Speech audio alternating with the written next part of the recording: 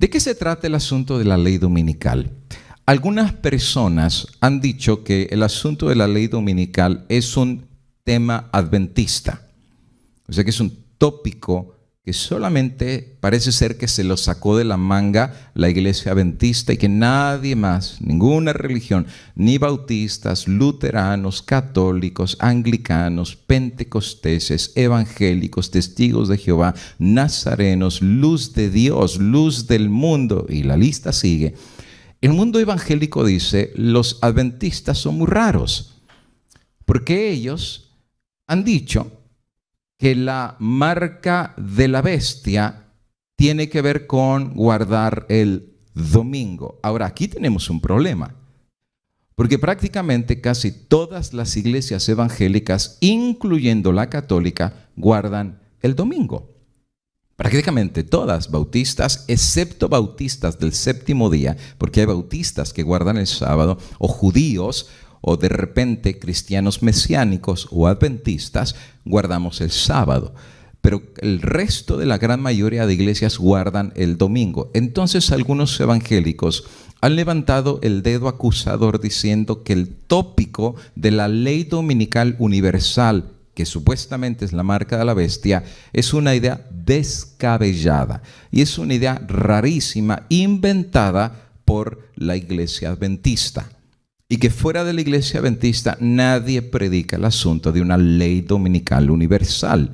Algunos aún dicen que esta es una idea de Elena de White, que fuera de Elena de White ni la Biblia siquiera habla de algo semejante como una ley dominical universal. Bueno, hay que ser justos, ¿no?, cuando hacemos nuestras investigaciones y no dejar cosas fuera de lo que estamos estudiando. Entonces, la verdad es la verdad, no hay que ocultarla, la verdad se defiende solita. Entonces, siendo de que muchos han acusado por mucho tiempo a la iglesia adventista de que este es un asunto únicamente adventista, voy a hablar un poquitito acerca de eso el día de hoy. Comienzo argumentando con esta pregunta. Es una pregunta retórica, por supuesto. En primer lugar, Dios tiene un día de reposo, ¿ok? ¿Tendrá Dios un día de reposo? Bueno, la Biblia es muy clara y no deja lugar a la duda. Dios sí tiene un día de reposo. Por ejemplo, en el Antiguo Testamento, en Éxodo capítulo 20, en los 10 mandamientos y en el corazón mismo de la ley que él mismo escribió con su dedo, dice, Dios mismo, acuérdate del día de reposo para santificarlo. ¿Cuántos días hay que trabajar según Dios? Bueno, ahí dice, 6 días trabajarás y harás toda tu obra. Mas el séptimo día, y eso subráyenlo, hermanito, el séptimo día es reposo para Jehová tu Dios. Así es que dentro de los 10 mandamientos, Dios mismo establece que el día de reposo es el séptimo día. Por eso dice, acuérdate del día de reposo, y ahí mismo él dice que el séptimo es el día de reposo. Claro, no hay que hacer ningún trabajo, nadie, ni el extranjero. ¿Por qué razón Dios escogió el séptimo día? Ahí mismo él explica. Porque en 6 días hizo Jehová los cielos y la tierra, el mar y todo lo que en él hay, y reposó en el séptimo día. ¿Te fijas? No reposó el segundo, ni el tercero, ni el cuarto. Todos los días trabajó. Pero el séptimo no hizo ninguna obra y lo reposó. Por eso de ahí viene la palabra Shabbat. La palabra Shabbat significa reposo. Y por tanto, Dios, al reposar de su obra creadora, bendijo el día de reposo y lo santificó. Entonces, bíblicamente hablando, tanto la palabra de Dios como los 10 mandamientos dice que el séptimo día es el día de reposo escogido por Dios mismo. Pero tenemos un pequeño problemita. Y el pequeño problemita es de que el día oficial de reposo del cristianismo no es el séptimo día. Aunque el texto dice que Dios escogió el séptimo día, y la palabra de Dios no puede ser ni cambiada, ni adulterada, ni burlada. Apocalipsis 22 dice que no le podemos añadir, porque el que le añada la palabra de Dios, Dios le va a añadir las plagas. Tampoco le podemos quitar, porque el que le quite a la palabra de Dios, pues Dios va a quitar su nombre del libro de la vida. Y aún Cristo dijo que el cielo y la tierra pasarían, pero su palabra no pasará. Y Mateo 5:17 Jesús dijo que hasta que pase el cielo y la tierra, ni una coma, ni una jota, ni una tilde será quitada de la ley de Dios. Así es que Dios es inmutable, Dios no cambia. Dios no te dice hoy una cosa y mañana otra. Dios es Dios, no es hombre para estar cambiando su versión a cada rato. Pero si Dios había dicho que su día de reposo era el séptimo, y eso recordaba que era el creador de todas las cosas, el cristianismo tiene otro día oficial. Por ejemplo, en la Enciclopedia Católica, hablando acerca del domingo, dice: el domingo o día del sol, como el nombre del primer día de la semana, se deriva de la astrología egipcia. Los 7 planetas conocidos para nosotros como Saturno, Júpiter, Marte, Sol, Venus, Mercurio y la Luna, cada uno tenía asignada una hora del día, y el planeta que regía durante la primera hora de cualquier día de la semana le daba su nombre a ese día. O sea que de ahí vino el lunes en honor a la Luna, el martes en honor a Marte, el miércoles en honor a Mercurio, el jueves por Júpiter, y así viene cada uno de los días de la semana. Y el domingo vino también en base a un astro del cielo, que de hecho es el astro mayor, que es el sol. Por eso el domingo siempre fue conocido como el día del sol. De hecho, ¿cómo se dice domingo en inglés? En inglés se dice Sunday, día del sol.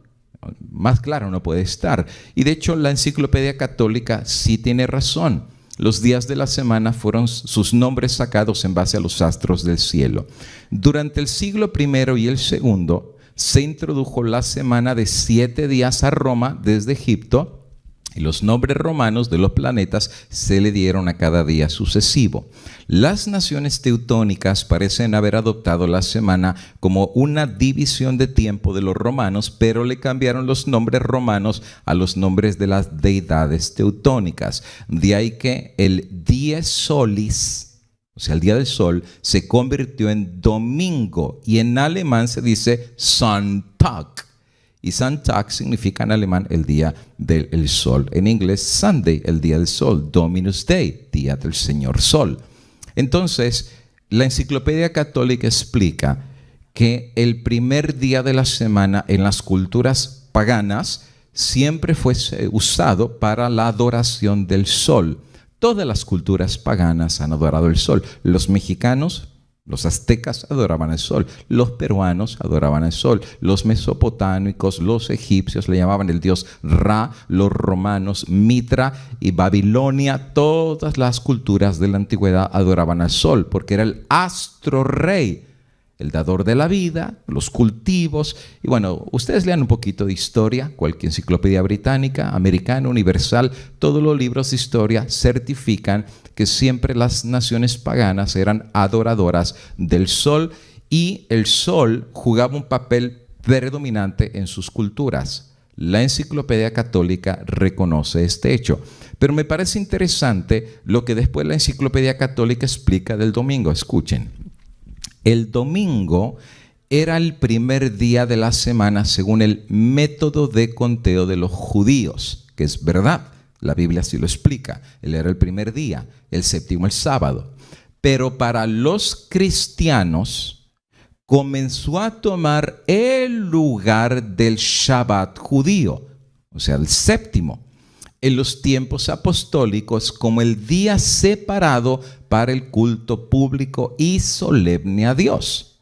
La práctica de reunirse en el primer día de la semana para la celebración de la Eucaristía se indica en Hechos 27, Primera de Corintios 16:2 y Apocalipsis 1:10, y es llamado el día del Señor.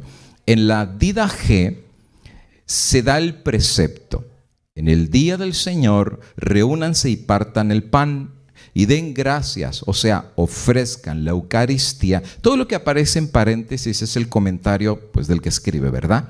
Después de confesar sus pecados, que su sacrificio sea puro. San Ignacio dice que los cristianos que ya no observan el Shabbat, sino que viven en la observancia del día del Señor, en el cual nuestra vida resucitó de nuevo, claro, haciendo referencia a la resurrección de Jesús en el primer día. En la epístola de Bernabé leemos: por lo cual también observamos el octavo día, es decir, el primero de la semana, con regocijo, el día también en el cual Jesucristo resucitó entre los muertos. Así es que, según la Enciclopedia Católica, los cristianos conversos precisamente al cristianismo, habiendo sido judíos, que todos los apóstoles eran judíos, se convirtieron en cristianos, resulta ser que con el paso del tiempo hubo una transición del Shabbat judío hacia el primer día de la semana. Uno, porque Cristo resucitó y su resurrección hablaba de una vida nueva. Número dos, para desligarse de los judíos y el Shabbat judío. Y que prácticamente los nuevos cristianos empezaron a guardar el domingo o el primer día de la semana como el nuevo día oficial de reposo. Y menciona algunos textos bíblicos en donde dice que ya la práctica del Nuevo Testamento no era guardar el sábado, sino el domingo. Ahora, eso es lo que dice la Enciclopedia Católica. ¿Okay? Pero recuerda Isaías 8:20, a la ley y al testimonio. Si no hablaren conforme a eso, pues cualquiera puede escribir una enciclopedia, pero ningún texto humano está encima de la palabra de Dios. Este es el texto de los textos, esta es la regla de fe del cristiano. Y claro, cada quien puede creer lo que quiera creer, pero si tú eres cristiano, este es tu fundamento. Si tú te bajas de este fundamento, ya no eres cristiano. Literalmente ya la base de fe no está basada en la Biblia, está basada en cualquier argumentación, epopeyas, cuentos, historias, pero no en el escrito de la palabra del Señor. Por eso para nosotros los cristianos, nuestra fe está basada en un escrito está, en una así dice Jehová de la palabra del Señor. Ahora, la pregunta es, ¿existe evidencia bíblica? Otra vez, es una pregunta retórica. ¿Existe evidencia bíblica del primer día de la semana como el nuevo día de reposo en el Nuevo Testamento? Y sabes que he encontrado que el Nuevo Testamento sí cita varios textos donde habla del primer día de la semana. Por lo menos he encontrado 7, y el que mencionan de Apocalipsis capítulo 1, versículo 10, no dice el primer día de la semana, simplemente dice el día del Señor. Por eso ni siquiera lo estoy añadiendo dentro de esta lista. Ahora, ¿hablarán del cambio del día de reposo estos 7 versículos porque Cristo resucitó en el primer día de la semana? Investiguemos. Voy a citarte todos los versículos, uno por uno, y si tú tienes tu Biblia, si tú eres católico, evangélico, con gusto agarra tu Biblia y léelos tú mismo de tu propia versión, la que quieras. Nácar Colunga, Bober Cantera, la Biblia de Jerusalén, Dios habla hoy, la Biblia latinoamericana, cualquier versión católica, abre tu Biblia, lee conmigo. Primer versículo. San Mateo capítulo 28 y el versículo número 1. Primer texto que cita el primer día de la semana. Y miren qué dice. Pasado el día de reposo, curiosamente, y aquí hago una pausa, si pone un recuadrito, hermano César, es muy importante entender el contexto del versículo. En primer lugar, los evangelios no fueron escritos mientras los apóstoles estuvieron ministrando con Cristo por 3 años y medio. La gran mayoría de eruditos dicen que los evangelios sinópticos, Mateo, Marcos, Lucas y Juan, fueron escritos décadas después que Cristo murió en la cruz. O sea, más o menos algunos argumentan que los evangelios pudieron haber sido escritos más o menos desde el año 50 hasta el año 70. Y de hecho algunos argumentan que muchos de los evangelios fueron escritos después del año 70, después de Cristo, no antes. Ahora, ¿de dónde sacan esa idea que fueron escritos aún después del año 70? Porque ninguno de los evangelios menciona la destrucción de Jerusalén. Por esa razón argumentan que todo esto fue escrito antes del año 70. porque nadie menciona la destrucción de Jerusalén. Entonces, más o menos, el time frame podría ser desde el año 40 hasta el año 60 y tantos después de Cristo. Entonces, después de este tiempo, cuando se escriben los evangelios sinópticos, mira Mateo cómo comienza su escritura. Pasado el día de reposo, al amanecer del primer día de la semana, María Magdalena y la otra María vinieron a ver el sepulcro. ¿Okay? Es lo único que cita, y sí, aparece ahí el primer día de la semana. Vinieron ellas al sepulcro. ¿Por qué razón vinieron al sepulcro? Alguien dirá, vinieron al sepulcro porque ya era el nuevo día de reposo. Eso no es lo que dice el versículo.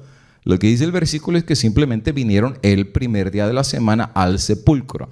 ¿Pero por qué vinieron el día de la semana? Porque no pudieron antes. ¿Y de dónde sacamos eso? En Lucas capítulo 23. Por eso es bueno ver el contexto de la historia para entender de qué se trata. Mira lo que dice Lucas en el día de la crucifixión. Era el día de la preparación, esto es un viernes, y estaba para comenzar el Shabbat o el día de reposo. Cristo obviamente ya está crucificado en la cruz.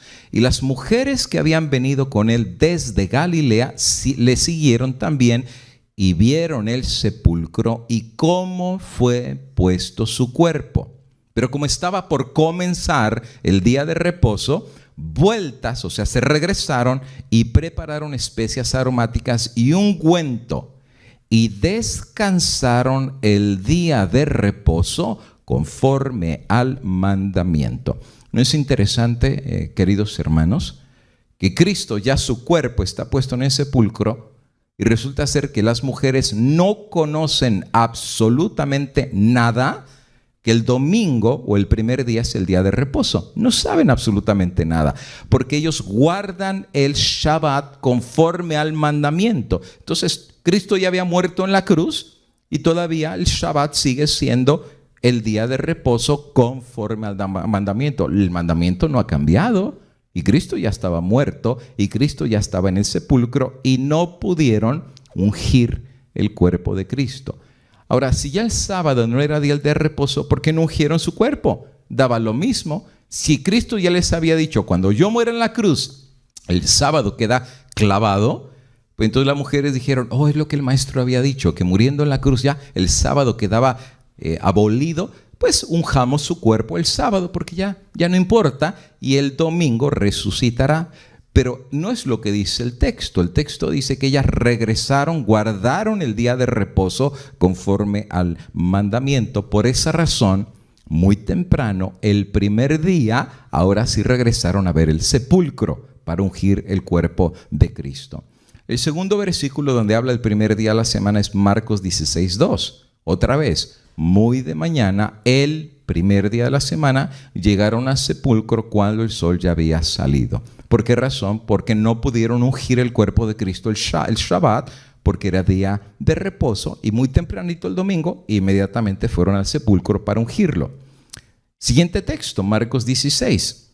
Y después de haber resucitado, muy temprano, el primer día de la semana, Jesús se apareció, ya había resucitado, primero a María, la que había echado fuera 7 demonios. ¿Por qué se le apareció primero a ella? Pues porque ella muy tempranito fue a buscarlo al sepulcro, pero ya no lo encontró porque había resucitado. Exactamente como él había dicho, que en 3 días habría de resucitar. ¿No es interesante que Cristo pudo haber resucitado el sábado, pero Cristo descansó el sábado en la tumba y resucitó el domingo? Aún Cristo muerto todavía reposó en la tumba en el sábado. Qué interesante. Todavía hasta ahí no dice nada que ahora porque Él resucitó hay que guardar el domingo. No dice absolutamente nada de eso. Lucas 24, siguiente texto, dice lo mismo.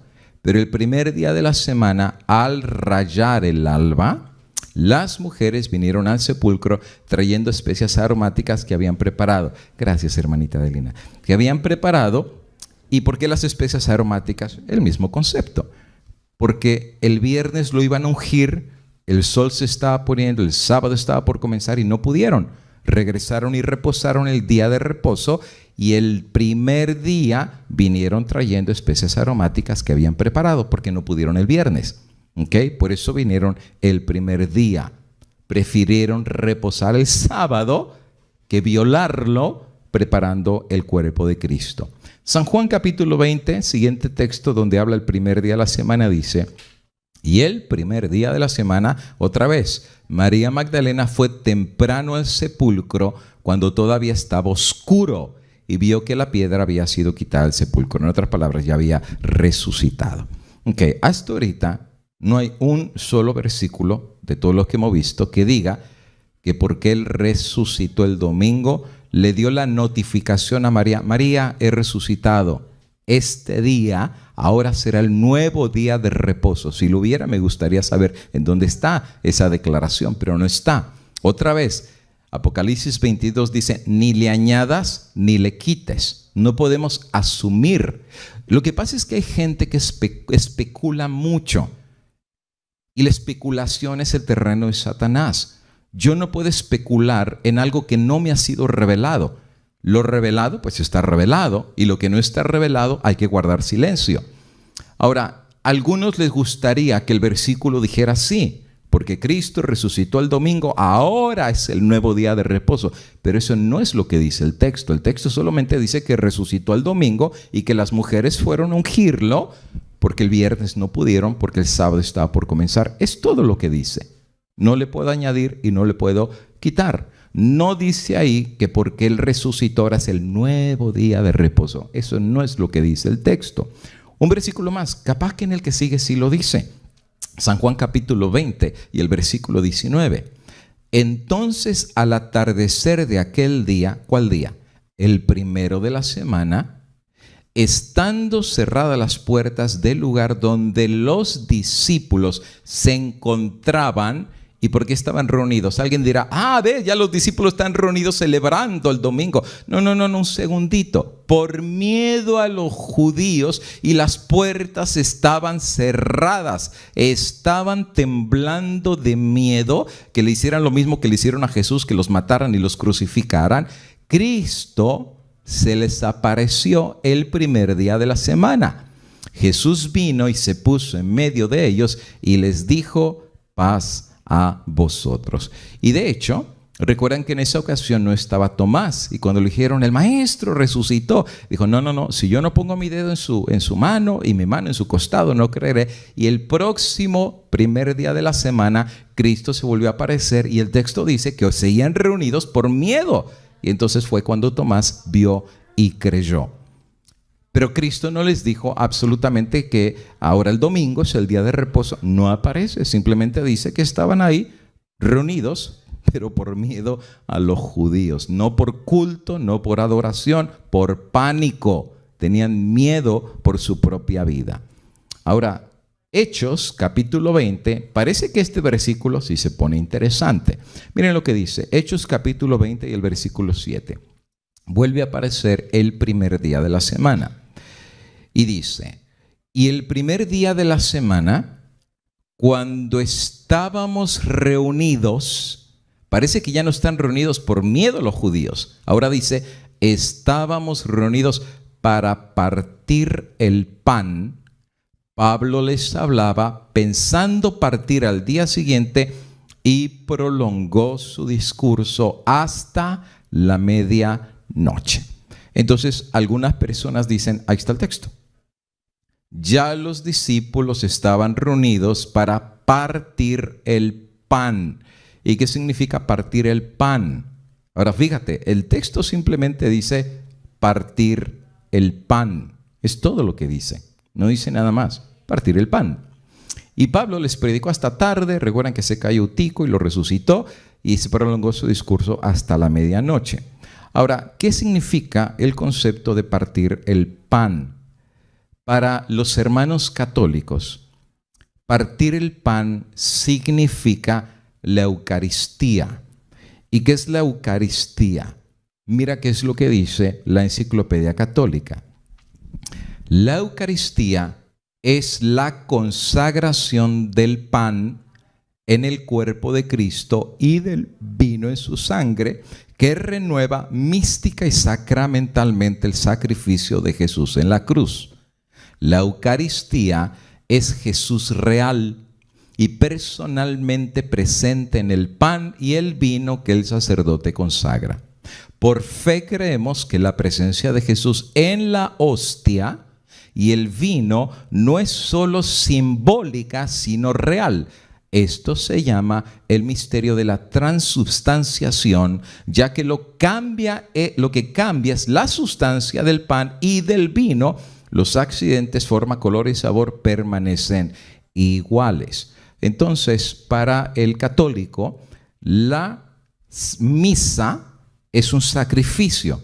Por eso es que la hostia representa, no es un símbolo. De hecho, ellos mencionan que la transubstanciación, la hostia se transforma en cuerpo de Cristo. Por eso cuando un católico comulgante, y lo sé porque nosotros estuvimos por muchos años en la Iglesia Católica y lo vi con mis propios ojos, viene la comulgación, primero la confesión, después la comulgación, y el sacerdote se para con la copa, con el vino, moja la hostia. La persona que hace una fila india abre la boca y le da la hostia en la boca. ¿Y qué es lo que el sacerdote dice? Cuerpo de Cristo. Pero no es un símbolo. Para el católico ese es el partimiento del pan, porque cuando come la hostia está partiendo el cuerpo de Cristo, que es real y literal, no es un símbolo. ¿Por qué explico esto? Porque obviamente lo que dice Mateo de que se reunían a partir el pan, el católico lo ha interpretado que es la celebración precisamente de el partir el pan, de lo que es precisamente la Eucaristía. Eso es lo que enseña la Iglesia Católica. Ahora, ¿qué es lo que enseñan los protestantes? ¿Creen los protestantes que la hostia se convierte literalmente en el cuerpo de Cristo al partir el pan? No. Los protestantes creen, exceptuando anglicanos y luteranos, que el partir el pan simplemente es un símbolo, nada más.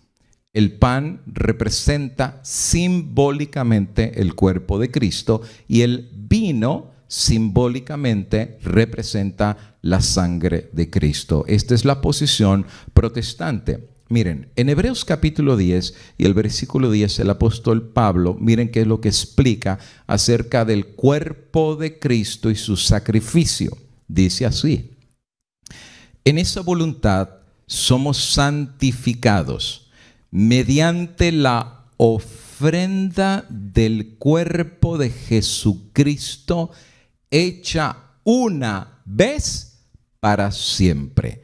¿Y cuál fue la ofrenda del cuerpo de Jesucristo que se hizo una ofrenda una sola vez para siempre? Versículo 11. Ciertamente todo sacerdote está día tras día ministrando y ofreciendo muchas veces los mismos sacrificios que nunca pueden quitar los pecados. Claro, está hablando de las ovejitas, de los corderos. Muchas veces sacrificaban corderitos, pero nunca podían quitar los pecados, porque la sangre de un animal no nos puede perdonar. Era un símbolo que representaba al verdadero Cordero de Dios que quita, ese sí quita los pecados del mundo, pero la de los animales nunca pueden quitar los pecados. Pero ¿qué dice el verso 12? Pero hablando de Cristo, habiendo ofrecido por los pecados un solo sacrificio para siempre, está sentado a la diestra de Dios. ¿Cuántos sacrificios hizo Cristo? Uno. Y solamente lo estoy leyendo. Un solo sacrificio. Al hermano católico se le ha enseñado que en la misa todos los días hay un sacrificio. Por eso es la misa. La misa hay un sacrificio. ¿Y dónde se hace el sacrificio? En el altar. ¿Y dónde está el altar? Está en la mesa, donde el sacerdote consagra la hostia y el vino. Por eso se llama el vino de la consagración y la hostia consagrada. Una vez que la consagra, levantando la copa, el pan y el vino se convierte en cuerpo real y en sangre real, y todos los días se sacrifica a Cristo. Todos los días, por eso es la misa. En el altar se hace el sacrificio. Por eso en la forma de hablar católica, cuando alguien se va a casar, le dice a la novia que la va a llevar al altar. La llevó al altar. ¿A cuál altar? Al altar donde se hace la misa, donde el sacerdote los casa, pero donde se hace el sacrificio de la misa. ¿Cuántos sacrificios se hacen en la Iglesia Católica? Todos los días hay sacrificios. En cientos y miles de iglesias se sigue haciendo el sacrificio de la misa. Si me pone el recuadro, hermanito César, dice ahí, pero en el caso de la palabra de Dios, el apóstol Pablo es claro, y solamente estoy citando, no lo que dice la iglesia, lo que dice la palabra de Dios. Dice que Cristo ofreció por los pecados un solo sacrificio para siempre. Esto es muy claro, hermanos. Cristo no murió o no muere todos los días. Él ya murió una sola vez para siempre. Para siempre. Quiere decir que no hay que estarlo sacrificando constantemente. Ya hubo un solo sacrificio de su cuerpo. Su cuerpo fue la ofrenda. El pan, cuando se parte, era un símbolo de ese sacrificio que él iba a hacer. Lucas capítulo 22, él mismo lo enseñó cuando hace la Santa Cena con sus discípulos. Y miren lo que él mismo dijo. Y tomó el pan y dio gracias y lo partió. Es el partimiento del pan. Y les dio diciendo: esto es mi cuerpo que por vosotros es dado. La ofrenda del sacrificio. Haced esto, y aquí viene la palabra clave, en memoria de mí. ¿Qué es una memoria? Es algo que tú te tenías que recordar, pero solo eso, recordar. Por ejemplo, cuando alguien se casa y viene su aniversario, recuerda el aniversario de su boda. ¿Ok? Puede ser que haya un símbolo que se vuelva a querer renovar los votos, pero casado ya está. Es un símbolo nada más porque ya se casó hace 10 años, 20 años, 50 años. Es un símbolo. Cada vez que el cristiano habría de partir el pan, que era un recordativo de ese sacrificio. Por eso decía hacer esto en memoria. Recordad que ese pan iba a ser roto, iba a ser torturado, iba a ser muerto, y obviamente era un símbolo. Por eso los cristianos protestantes en esto nos diferenciamos de la hostia y de la misa. Para el católico es un diario sacrificio. Para el evangélico es un memorial. Solamente nos recordamos del símbolo. Ahora, si partir el pan, según Hechos de los Apóstoles, significaba hacer la Santa Cena los domingos. Y aquí es donde evangélicos dicen, sí, ya se reunían a partir el pan porque ahora celebraban la Santa Cena los domingos. Pero otra vez, ¿qué significa partir el pan? Cuando el apóstol Pablo dice que estaban reunidos y partían el pan juntos, ¿qué significaba partir el pan? Bueno, te voy a dar un versículo que es muy interesante y hay que dejar siempre que la Biblia hable, ¿ok? Porque para no especular o no asumir, mejor dejemos que la palabra de Dios nos explique. En Hechos de los Apóstoles, capítulo 2 y versículo 44, mira qué dice. Todos los que habían creído estaban juntos y tenían en común todas las cosas. Vendían sus propiedades y sus bienes y los repartían a todos según la necesidad de cada uno. Ahora fíjense. Y perseverando unánimes cada día en el templo. ¿Cuántos días se reunían en el templo? Todos los días. Todos los días, cada día se reunían en el templo. ¿Y qué hacían también cada día? Y partiendo el pan en las casas. Interesante, no deberían haber partido el pan en el templo. No, lo partían en las casas. ¿Y qué hacían? Comían juntos con alegría y sencillez de corazón, alabando a Dios y teniendo el favor con todo el pueblo. Y el Señor añadía cada día a la iglesia los que habían de ser salvos. ¿Qué significaba partir el pan? Que vivían juntos y que todos los días compartían el pan. Por esa razón, en Hechos 20 dice, y el primer día de la semana, cuando estábamos reunidos para partir el pan, Pablo les hablaba. En otras palabras, estaban conviviendo. ¿Por qué? Porque todos vivían juntos. Vendían sus propiedades, vivían juntos, comían juntos, partían el pan juntos y Pablo les predicaba. Y pensando partir al día siguiente, prolongó su discurso hasta la medianoche. Quiere decir que cuando Pablo están partiendo el pan ya ni siquiera es domingo, ni siquiera es el primer día, porque cuando el sol se pone ese mismo día ya era lunes, de puesta de sol a puesta de sol, y Pablo se quedó hasta la medianoche. Y Pablo sigue predicando hasta la medianoche, pero ya ni siquiera era domingo, ya era lunes. Y seguía predicándoles. ¿Por qué razón? Porque era indistinto si era el primer día o el lunes, para predicarles o aún para partir el pan. Y Hechos 2 dice que todos los días comían juntos y todos los días partían el pan y todos los días alababan a Dios y todos los días iban al templo. Pero en Hechos, eso ya lo prediqué en otro tema, habla constantemente que aún el sábado seguía siendo día de reposo y que la costumbre de Pablo era ir a predicar los sábados a la sinagoga. Primera de Corintios, capítulo 16, es otro texto que habla del primer día de la semana. Y parece, lo usan un montón los hermanos evangélicos para decir que por recoger ofrendas, claro, como la práctica del día de hoy en todos los cultos es pasar las charolitas y recoger ofrendas, ellos piensan que era la misma práctica de antes, ¿verdad? Viene el sermón, los diáconos a recoger ofrendas. Es otro concepto completamente diferente. No lo podemos poner como de hoy en día, de pasar con la charolita. Mira qué dice Pablo. Ahora bien, en cuanto a la ofrenda para los santos, haced vosotros también como instruí a las iglesias de Galacia. ¿Qué instruyó él? Que el primer día de la semana, sí, el domingo, el primer día de la semana, cada uno de vosotros aparte y guarde según haya prosperado, para que cuando yo vaya no se recojan entonces ofrendas. Bueno, ¿y por qué no dice que se recojan el sábado? Entonces algunos asumen, otra vez, asumen, que el texto no lo dice, simplemente asumen que el domingo, el primer día, recogían las ofrendas porque el domingo ya se reunían a tener el culto, pero eso no es lo que dice.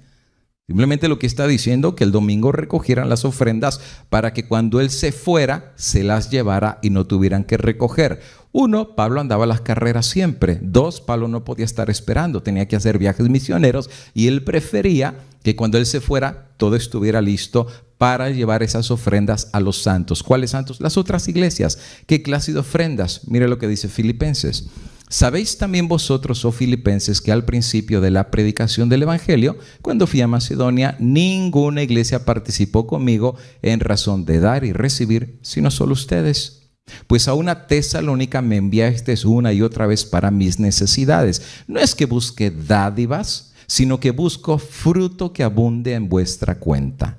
Pero todo lo he recibido y tengo abundancia y estoy lleno, habiendo recibido de Epafrodito lo que enviasteis. ¿Y qué enviaron ellos? ¿Comida? ¿Dinero? No, escucha. Olor fragante, sacrificio acepto, agradable a Dios. En otras palabras, estas ofrendas que se recogían en las iglesias era para poder ayudar a los demás. Era quitar el egoísmo y pensar en otros. Era el hacer el egoísmo a un lado, ya no vivo yo, ahora Cristo vive en mí, y mandar a los más necesitados. Y también para el mismo apóstol, los filipenses suplieron para sus necesidades ofrendas. Por eso cuando Pablo dice a las iglesias, guarden las ofrendas según Dios les prosperó. Pero llegó un momento en que muchas iglesias se convirtieron muy egoístas. Y Pablo dice a los filipenses, solo ustedes están ayudando, ya nadie ayuda. Todo el mundo empezó ayudando bien, pero ya después se hicieron mezquinos y se perdieron la bendición de dar. Por eso va a decir, más bienaventurado es dar que recibir. Entonces Pablo, como andaba en viajes misioneros, pues él tenía que llevar esa ofrenda a las necesidades de las otras iglesias emergentes que apenas estaban comenzando a nacer, según donde él predicaba en Galacia y en otros lugares. Eso es lo único que dice el texto. Junten la ofrenda, que es olor fragante, para llevarlo a los santos. No dice absolutamente nada de que, pues ahora me regreso al versículo, ¿verdad?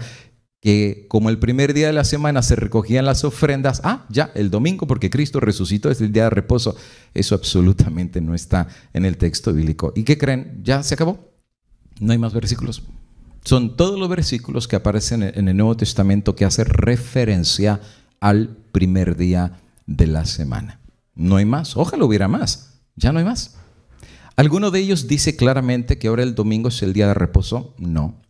¿Alguno de ellos claramente dice que porque Cristo murió en la cruz y resucitó el domingo, ahora el domingo es el día de reposo? Absolutamente no. ¿Alguno de ellos claramente dice que Pablo, Pedro, Juan o alguno de los apóstoles alguna vez en algún texto del Nuevo Testamento haya trasladado la solemnidad del Shabbat del séptimo día al primero? No encuentro un solo texto. No hay absolutamente ningún otro texto. No lo hay. Sin embargo, a pesar de la ausencia de evidencia bíblica contundente, cuando digo contundente, no es asumiendo, no es especulando, sino que, como por ejemplo, Éxodo 20, el séptimo día es el día de reposo, bendecido y santificado. Más claro no puede estar. Si hubiera un versículo que dice ahora que el domingo es bendito, santo y que Dios transfirió la solemnidad del séptimo al primero, pues lo guardamos con todo gusto, no hay ningún problema, porque a la ley y al testimonio. ¿Por qué no lo guardamos? Porque no lo hay. ¿Por qué guardamos el sábado? Porque sí hay suficiente evidencia bíblica que el sábado es el día de reposo, y aún Isaías 66 dice que en la tierra nueva, el día de reposo, el Shabbat, toda carne vendrá delante de Dios para adorar aún en la vida eterna. Pero no dice el primero, dice del Shabbat, Isaías capítulo 66. Ahora, ¿qué tiene que ver esto con la ley dominical? Tiene que ver mucho. En primer lugar, tuvimos que establecer el punto que no hay evidencia bíblica que el domingo es el día de reposo. No la hay. Pero sí hay suficiente evidencia que el séptimo día, hasta en la ley de Dios, es el día de reposo. Claro, cada quien decide lo que quiera. O tú escuchas lo que tu iglesia te dice sin evidencia bíblica y eres libre de hacerlo. Al final del día, en el día del juicio, en tu conciencia, tú le explicarás a Dios qué días guardaste en base a lo que te dijo tu pastor, tu sacerdote, o el día que guardaste en base a lo que dijo su santa palabra. Por eso dice en Mateo 7, no todo el que me dice Señor, Señor entrará al reino de los cielos, pero el que hace la voluntad. ¿Y dónde está la voluntad de Dios? Aquí está su voluntad, manifiesta y declarada, no en la opinión de los hombres, pero en el escrito está de la palabra del Señor.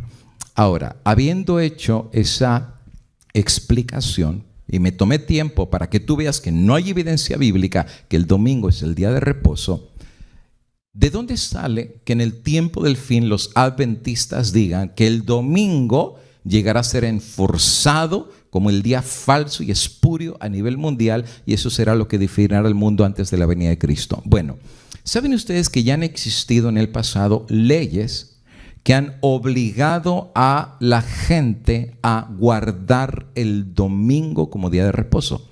Así como lo digo, ya han existido leyes que han forzado a la gente a guardar el domingo por ley, por decreto, como día de reposo. ¿Como quién? ¿Qué te parece Constantino? 7 de marzo del año 321 dice la historia. El 7 de marzo del año 321 después de Cristo, cuando el emperador Constantino declaró que sería un día civil de descanso en las ciudades y en los campos. Según el código justiniano, durante el domingo, el venerable día del sol, debía cerrarse los talleres y los magistrados tenían que descansar. ¿Y qué decía el decreto? Descansen todos los jueces, la plebe de las ciudades y los oficios de todas las artes el venerable día del sol. Pero trabajen libre y lícitamente en las faenas agrícolas los establecidos en los campos, pues acontece con frecuencia que ningún otro día se echa el grano a los surcos y se plantan vides en los hoyos más convenientemente, a fin de que con ocasión del momento no se pierda el beneficio concedido por la celestial providencia. ¿Cuál celestial? Pues el sol.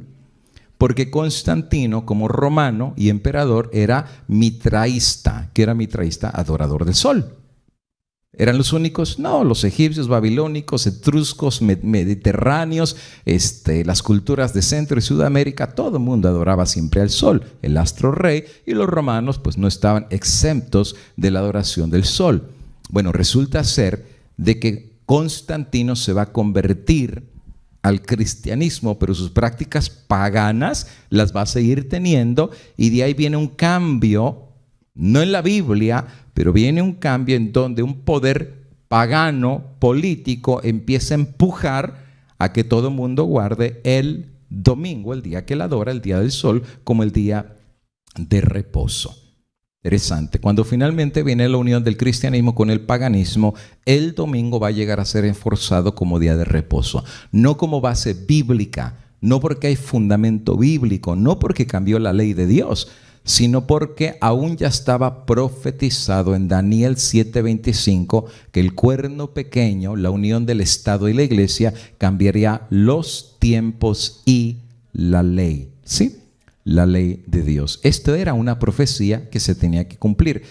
¿Tiene sentido? Por supuesto que sí. Si el diablo logra destruir la ley de Dios, que rige la conducta de los seres humanos, y la manipula y mete un mandamiento que no es de Dios sino de él en esta ley, ya le echó a perder. Porque Santiago 2:10 dice: el que guarda toda la ley pero viola uno es culpable de todos. El diablo es muy astuto. Mete un virus y termina matando a la gente. Un poquito de levadura leuda toda la masa. Un pecado puede destruir toda la espiritualidad. El diablo es muy astuto. No tenía que cambiar todos. Con uno que haya cambiado, con eso el efecto era exactamente el mismo. Y literalmente lo logró.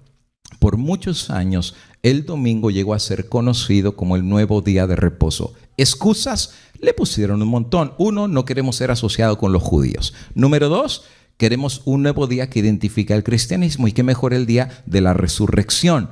Y número tres, celebramos el poder de la resurrección de Cristo para la resurrección de nuestra vida espiritual. ¿Suena muy bonito eso? Pues sí, la verdad que suena bonito, pero no es lo que dice el texto bíblico.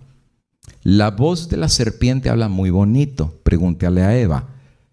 Pero el diablo tiene la virtud maligna, por así decir, de poder mezclar el error con la mentira. Dios es Dios de la verdad. Su palabra es la verdad. Por eso hay que escuchar la verdad de la palabra de Dios, por más dura que sea. Ahora, nosotros guardamos el domingo mucho tiempo cuando no conocíamos del verdadero día de reposo. Pero cuando llegamos al estudio de la santa ley de Dios y su palabra, llegamos a la conclusión, igual que miles de personas en el mundo y millones, que el día de reposo no era el domingo, que el día de reposo es el sábado. Ha sido, es y será el día de reposo no escogido por una iglesia. Ni habían nacido los adventistas y ya el sábado era el día de reposo. ¿Saben ustedes qué iglesia le enseñó a los adventistas del sábado? Porque ni los adventistas guardaban el sábado. Muchísimos adventistas al inicio guardaban el domingo. Se los llamaba precisamente adventistas del primer día, o sea, del domingo. Pero cuando conocieron la verdad, la misma Elena de White guardaba el domingo. Los pioneros, muchos de ellos guardaban el domingo porque no sabían la verdad. Pero la iglesia bautista del séptimo día compartió esta verdad con nosotros. Y ahora nosotros descubrimos, no porque lo diga la iglesia bautista, sino porque lo dice la palabra de Dios, que el sábado es y será el día de reposo. Ahora, ustedes sabían que aquí en Estados Unidos han existido lo que se llaman leyes azules. Leyes azules que obligaban a estados de la federación a guardar el domingo por ley. No tengo todas las citas, pero tengo más de 40 leyes en Estados Unidos que les llamaban leyes azules. Existen, Están ahí dormiditas, pero todavía existen. Y te voy a dar una sola probadita de una de las leyes azules de un estado.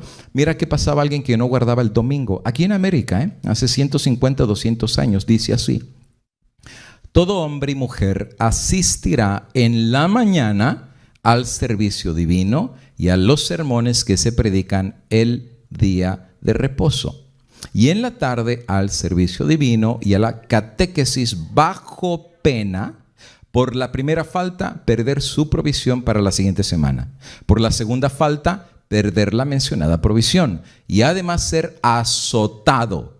Y para la tercera falta, la pena de muerte. En América, las leyes azules. Virginia, Pensilvania y otros estados tienen cantidad de estas leyes azules en donde obligaban a las personas a descansar los domingos, por ley. Hasta la pena de muerte, absolutamente. Así es que esto de que guardar el domingo por ley, aún por pena de muerte, no es una idea adventista. Esto desde los mismos días de Constantino hasta ahora, las colonias de América, hay leyes que existen a nivel mundial para guardar el domingo como día de reposo. No sale de la idea de una iglesia que se le ocurrió, pongamos el domingo como la marca de la bestia y el sábado como el sello de Dios, y que el que no guarde el domingo lo van a matar. Amigo y hermano, esto no es la idea de una persona o de una iglesia. Esto ya ha existido, esto ya ha venido, y este es un plan que desde hace mucho el enemigo de las almas viene cocinando y lo va a efectuar a nivel global a través de la imposición del domingo como día de reposo, que es el falso día de reposo. ¿Qué celebra el domingo? ¿La creación de todas las cosas? No, porque el séptimo es el que celebra que Dios creó todas las cosas. ¿Qué celebra el domingo? ¿Que Dios es el creador? Absolutamente no. El domingo no celebra que Dios es el creador, es el séptimo el que dice que Dios creó el cielo, la tierra y todas las cosas. Dios marcó su día, que reconocía que Él era el creador de todo y que obviamente el que lo reconoce, reconoce la autoridad de Dios sobre él. Y el domingo celebra otra autoridad, el día del sol. Celebra la autoridad del hombre imponiendo su propia ley sobre la misma ley de Dios. Es el choque de autoridades, es el choque de voluntades. ¿A quién tú vas a obedecer? ¿O a Dios o a los hombres? Por eso voy a ver algunos puntos ahora después de haber hecho esta argumentación, y puedo seguir argumentando, pero por efectos de tiempo me voy a meter de una vez a las etapas que van a venir en la cuestión de la ley dominical que habrá de venir universalmente, y voy a explicar la forma y el proceso, cómo se realizará en términos no detallados pero generales. En primer lugar, para la imposición de la ley dominical o la marca de la bestia, el falso día espurio de reposo, la primera forma como vendrá a meterse la cuña para que las sociedades puedan aceptar el día falso de reposo en contraposición del verdadero día de Dios será en primero por la persuasión. Mira lo que dice Conflicto de los Siglos, página 578. Los dignatarios, o sea, los líderes de la iglesia y del Estado, se unirán para hacer que todos honren el domingo. Y para ello apelarán. ¿Y cuáles van a ser las formas de su apelación? Mira qué interesante. 1, al cohecho. O sea, algunos les van a ofrecer puestos, dinero. O sea, los van a comprar. Algunos al cohecho, a la persuasión, o sea, con argumentación, los van a ir convenciendo, y al final a la fuerza. ¿Te guste o no? O sea, este es el día que ahora va a ser el día universal, que reconocerá la cristiandad, la resurrección de Cristo, el nuevo día de reposo, y si no es por las buenas, va a ser por las malas. Pero la fuerza va a ser el último recurso para que tanto la iglesia y el Estado juntos empujen a una legislación dominical. Pero eso no va a ser todo lo que va a influir para que el mundo pueda aceptar una ley dominical. Fíjense, aquí hay un pequeño problemita. Y este problemita lo he analizado desde hace muchos años, tratando de entender cómo en la época tan dorada que vivimos de derechos humanos, libertad, el país más poderoso del mundo, le encanta la libertad. Es el país de la libertad. Tiene control a nivel mundial, tiene el ejército más poderoso del mundo, tiene bombas atómicas para destruir el mundo un montón de veces. Y tiene una estatua que dice que es la estatua de la libertad y que toda la gente oprimida del mundo puede venir a este país y aquí hay libertad de idea, de pensamiento, de acción. Es el país de los bravos y es el país de los libres. Y hasta sus cantos los dicen, ¿no? El país de los libres. La libertad es uno de los tesoros más preciosos de Estados Unidos. ¿Por qué es el más precioso? Porque lo es. Date una vuelta a la China comunista, que tú pones algo en las redes sociales y la policía ya te cayó el otro día y te meten hasta campos de concentración. Oh, sí, allá en China tienen campos de concentración. Cosas horripilantes. Date una vuelta a los países musulmanes, en donde tú leer la Biblia, te cortan los dedos con navajas o hasta te pueden ejecutar públicamente. A ver si la libertad no es muy preciada para allá. Date una vuelta a Cuba. O sea, date una vuelta a los países que no creen en la libertad y hay dictaduras y sentencias de ejecuciones públicas de muerte, para ver si los que vivimos en la libertad no apreciamos este tesoro. Estados Unidos es el bastión mundial de la libertad. Entonces uno se pone a pensar, ¿cómo va a ser que Estados Unidos va a imponer por la fuerza hasta la muerte el imponer una ley religiosa por la fuerza? Eso significaría que Estados Unidos tendría que cambiar, que Estados Unidos tendría que sufrir una metamorfosis. Y precisamente eso es lo que la Biblia dice en Apocalipsis 13, que la segunda bestia, que es un poder, representa a Estados Unidos, que sube de la tierra, primero sería como cordero y terminaría hablando como dragón. Y el dragón es una representación de Satanás. Quiere decir que al final del día Estados Unidos sufriría una transformación y de ser un país defensor de la libertad como cordero, terminaría como un país como el dragón perseguidor. Ahora, los que vivimos en este país nos damos cuenta que sí, Estados Unidos poco a poco ha ido cambiando y las libertades se han ido quitando. De hecho, el espíritu de la censura en este país cada vez está más grave. Ya no hablemos de otros países, allá es normal que hasta te desaparezcan por cualquier cosa. Estados Unidos no. Acá la gente, si quiere, puede ponerse la bandera de Estados Unidos en los calzoncillos, si quiere. Y nadie lo mete a la cárcel, ni nadie lo anda desapareciendo. A ver que en China salga un ciudadano chino y se ponga en los calzoncillos la bandera de China y ande en la plaza de Beijing. A ver si no lo desaparecen al otro día. En Estados Unidos eso se puede hacer, porque es el país de la libertad. Pero desde hace algunos años hemos notado el espíritu de la censura. No te voy a hablar el día de hoy acerca del Acta Patriota, pero desde que cayeron las Torres Gemelas, Nueva York, este país ha estado dando un vuelco radical y muchas libertades que antes teníamos se están acabando. Por ejemplo, tú sabes que desde que cayeron las Torres Gemelas, el gobierno tiene el poder de poder estar revisando tus correos electrónicos, tus llamadas telefónicas, te las puede grabar y no necesita tu consentimiento y tampoco necesita una orden federal. Si tú eres sospechoso de ser extremista, si tú eres sospechoso de ser radical, si tú eres sospechoso de ser medio terrorista, el Acta Patriota indica que te pueden arrestar aún sin derecho a abogado. Hermano, esto nunca se había dado en la historia de este país. Antes, si alguien te iba a grabar, tenían que tener una causa razonable. Y tenía que haber un abogado que hasta podía interpelar la idea que si te estaban grabando o ver tu correspondencia. ¿Por qué? Porque hay leyes que te protegen tu individualidad. Pero después de las Torres Gemelas, este mundo ha cambiado. Estados Unidos cambió.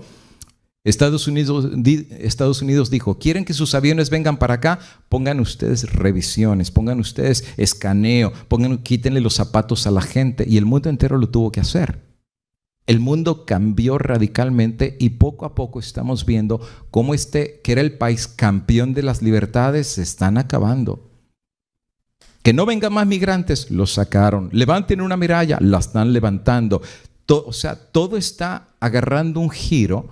Y cada vez es más, no metieron hasta niños a las cárceles de migración. Niños pequeñitos, ahí están como enjaulados los niños. ¿Cuándo se había visto esto en el país de la libertad? Eso se puede haber visto en China y otros lados, pero no en América. Slowly but surely, de a poquito, este país, estamos siendo testigos que está sufriendo una metamorfosis. Grandes cambios están empezando a pasar, este país se está dividiendo y algunos están empujando a cambios en la Constitución de Estados Unidos. Eso lo vamos a ver un poquito más adelante. Pero literalmente este país, según la palabra de Dios, va a terminar hablando como dragón y se convertirá en un poder perseguidor. Pero va a haber otra cosa que va a empujar a que la ley dominical sea más rápido de ser aceptada a nivel de Estados Unidos y del mundo. Mira que dice: grandes cambios que van a suceder en el mundo acelerarán los eventos finales. En otras palabras, en una época de libertad y de calma es difícil cambiar las leyes. O sea, cuando todo está calmado y tranquilo, prosperidad y paz, ¿por qué razón cambiar las leyes cuando todo está bien? Pero cuando explota una crisis, especialmente una crisis mundial, ese es el acelerador. Es como un fueguito, tú le tiras gasolina, lo enciende, acelera la combustión. Cambios radicales que habrían de pasar en el mundo acelerarían la imposición de la ley dominical. Mira cómo lo presenta Elena de White. Historia de los profetas y reyes, página 394. El momento actual es de interés abrumador para todos los que viven. ¿Por qué razón? Bueno, los gobernantes y estadistas, los hombres que ocupan puestos de confianza y autoridad, los hombres y mujeres pensadores de todas las clases, tienen la atención fija en los acontecimientos que se producen en derredor nuestro. Observan las relaciones que existen entre las naciones. Ahora escuchen.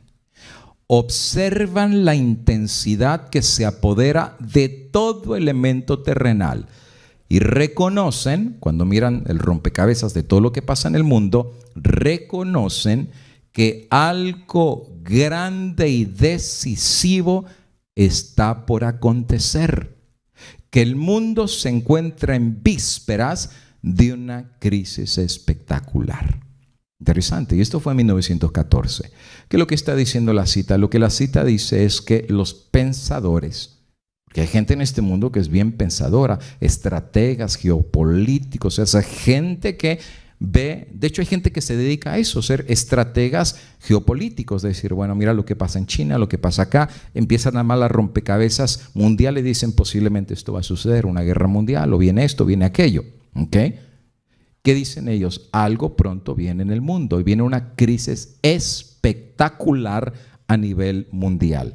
Sigue diciendo ella en Joyas de los Testimonios, tomo 3, año 1909, 5 años antes de la cita que mencioné. Dice: las calamidades en tierra y mar, la inestabilidad social, las amenazas de guerra como portentosos presagios anuncian la proximidad de acontecimientos de la mayor gravedad. Las agencias del mal se coligan y acrecen sus fuerzas para la gran crisis final. Grandes cambios están a punto de producirse en el mundo y los movimientos finales serán rápidos. Así es que lo que la sierva del Señor dice es que estos cambios que iban a pasar a nivel mundial acelerarían los últimos eventos proféticos. O sea, no los tiempos de paz, los grandes cambios que iban a pasar en el mundo acelerarían. Es como poner en sobremarcha el carro. El carro va a 60 millas por hora, pero cuando le pisas el acelerador, viene la sobremarcha y te vas hasta 100. Pues habrían de pasar grandes cambios en el mundo y esto aceleraría los eventos mundiales. ¿Qué cambios habrían de suceder? Bueno, estos cambios serían calamidades que iban a pasar a nivel global, así como te lo menciono, calamidades. Manuscript Release, citas liberadas de Elena de White dice: Satanás pone su interpretación sobre los eventos, o sea, que ya están pasando, y ellos piensan como él quiere que lo hagan. ¿Y qué eventos están pasando que Satanás va a poner su propia interpretación? Que las calamidades que llenan la tierra, fíjate hermano, no va a ser en un lugar y en otro. Esto van a ser eventos globales, eventos mundiales. Cuando el mundo está en conmoción, a nivel global, pánico, conmoción, desastres, uno se sigue tras otro, el diablo dice, yo sé por qué está pasando eso. son el resultado de la violación del domingo. ¿Te fijas? Estos grandes eventos van a ser la gasolina que encienda la flama, porque el mundo va a estar completamente consternado diciendo, ¿y por qué pasa esto? Y un megaterremoto, y el volcán reventó. Y viene la pandemia, o sea, no terminamos con una pandemia, y ahora viene un volcán que revienta, y ahora viene un megaterremoto, y ahora viene un mega tsunami, viene un colapso económico. Y mientras todo el mundo está tratando de entender qué es lo que pasa, ¿por qué? Porque los grandes eventos se siguen uno tras otro, y es a nivel global. Entonces, mientras el mundo está tratando de entender, el diablo dice, yo sé que lo que pasa es la violación del domingo. Pensando apaciguar la ira de Dios, estos hombres influyentes promulgan leyes imponiendo la observancia del domingo. Así es que lo que va a empujar que el país de la libertad ya no le importe la libertad personal, va a ser decir, ¿saben qué?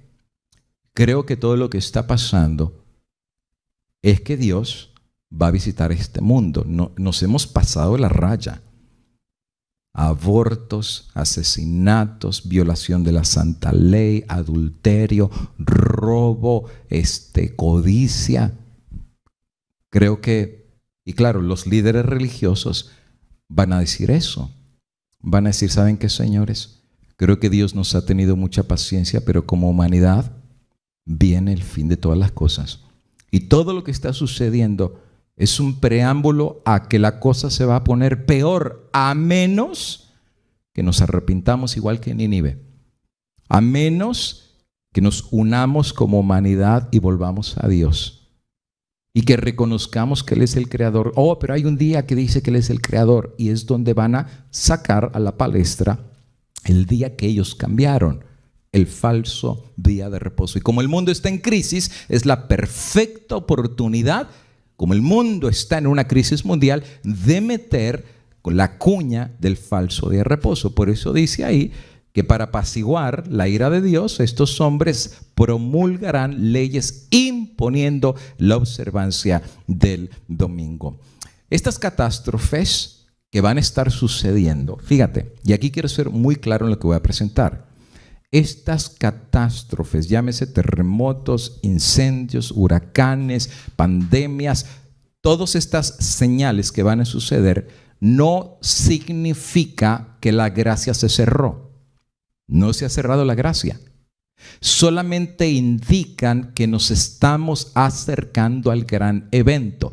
Por eso es que aquí, amigo y hermano, es muy importante que pongamos la pieza del rompecabezas en el lugar correcto. Una mala interpretación te puede llevar a una posición equivocada. Por eso hay que poner correctamente la pieza en el lugar donde tiene que estar. Las catástrofes que vendrán para el mundo que ha rechazado a Dios y su ley, los va a llevar todavía más lejos de Dios. Van a imponer un día falso de reposo porque interpretaron que Dios está enojado porque están violando el domingo. Para el que sabe que el día de reposo no es el domingo, sino el sábado, ¿qué van a significar para el pueblo de Dios estos eventos catastróficos? Lo que le va a decir al pueblo de Dios es que viene el gran evento. Y cuando digo el gran evento, no estoy hablando de la segunda venida de Cristo.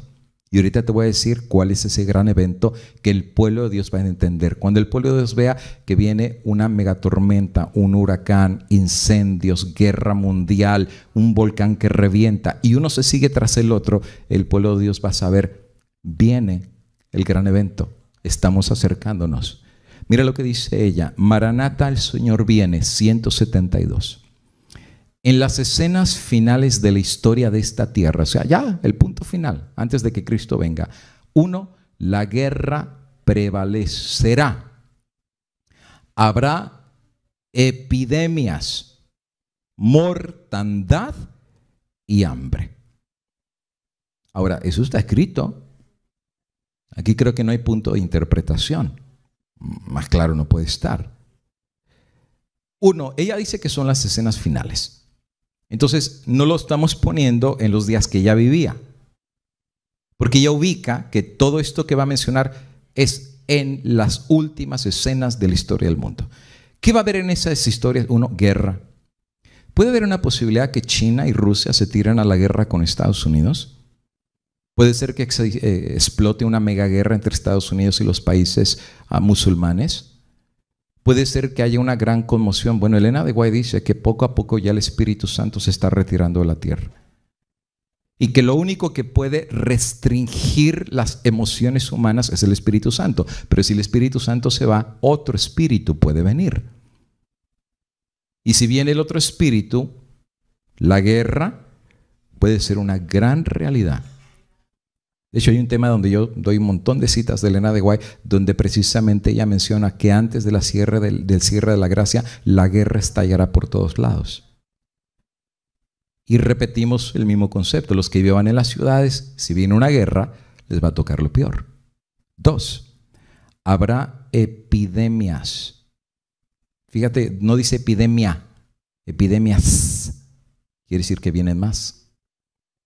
Y no me sorprende, si quiere lo dejan recordar, hermanito, y no me sorprende, no me sorprende en absoluto que vengan más epidemias. Ya se está diciendo que en China está habiendo mutaciones de este virus. Pero aun cuando tú revisas las plagas del Apocalipsis, viene una úlcera espantosa y nadie sabe ni qué es. Dice que se muerden la lengua del dolor y dice que hasta la carne se les pudre. ¿Qué es eso? No lo sé, esa es una de las plagas. Pero ella dice que vendrán epidemias. Viene más de una. Guerras, epidemia, mortandad. Mucha gente va a morir, ya sea por la cuestión de las epidemias o la cuestión de la guerra. Y número 4, hambre. Por eso es importante entender el concepto de la marca de la bestia. No solamente se trata de no comprar y vender. La restricción de no comprar y vender es porque no va a haber suficiente comida para todos. Por eso la van a restringir. ¿O tú crees que por recibir la marca de la bestia vas a ir a Walmart y vas a traer 4 o 5 carros llenos de comida? La van a restringir, no va a haber comida para todos. Va a haber hambre. Mucha hambre. Por eso Elena de White dice que los que vivan en el campo y tengan un pedacito de tierra serán reyes y reinas. ¿Por qué? Porque si tienes tu arbolito de durazno ya tienes para comer.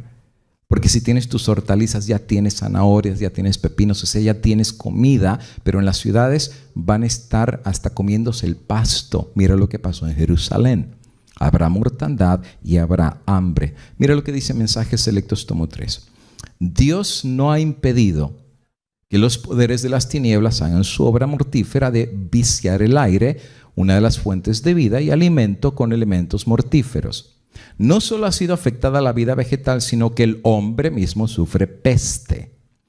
Estas cosas son el resultado de gotas de las copas de la ira de Dios. Las copas, entiéndase, que son las 7 últimas plagas.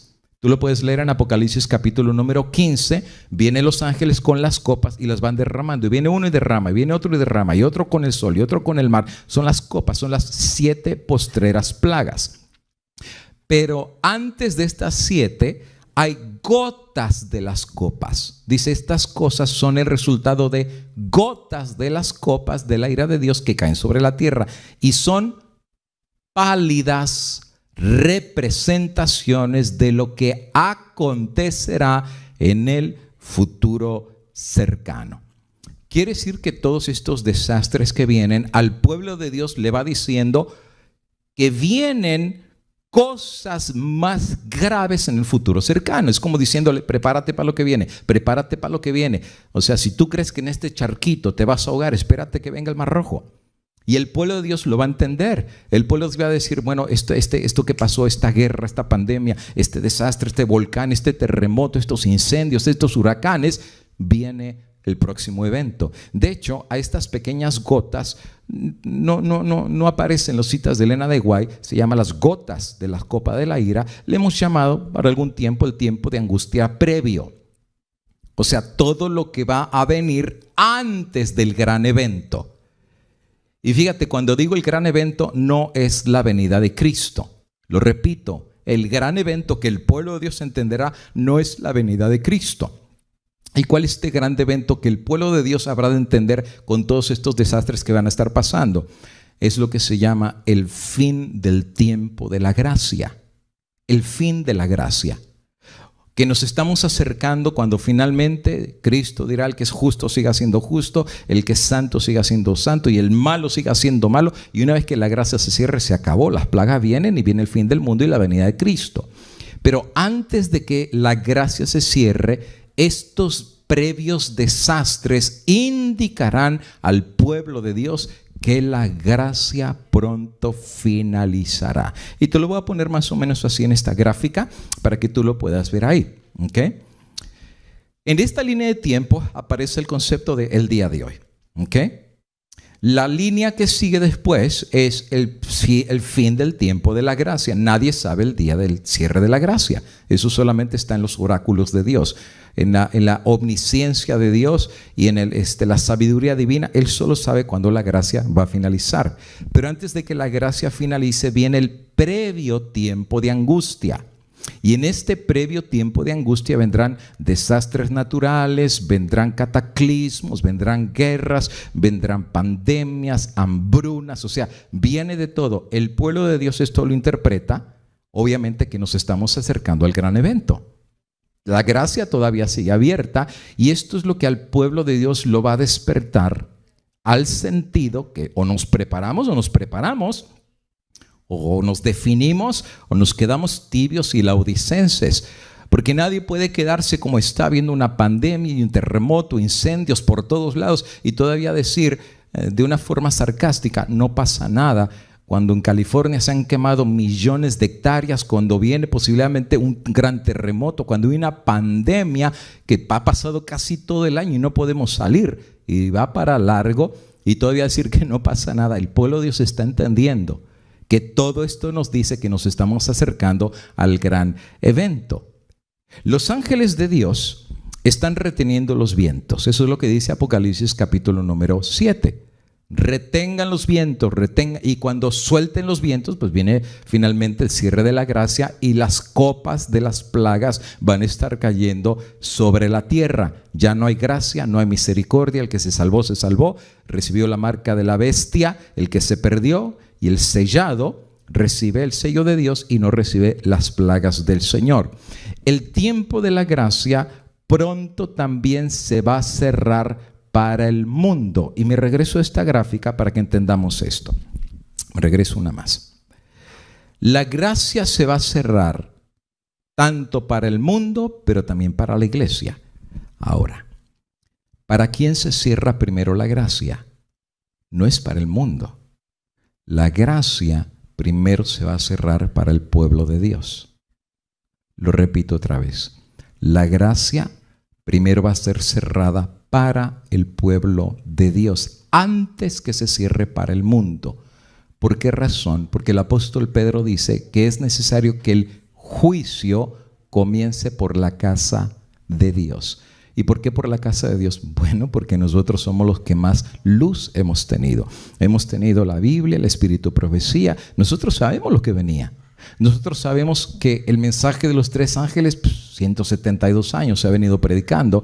Temed a Dios y dadle gloria porque la hora del juicio, mientras el mundo ni siquiera sabe que comenzó el juicio, el pueblo adventista lo sabe. Sabemos que Cristo pasó del lugar santo al santísimo, los libros fueron abiertos y el juicio comenzó. Ese tema lo sabemos desde que entramos a la iglesia. El mundo no. El mundo no lo sabe. Nosotros sí. El juicio primero comienza por el pueblo adventista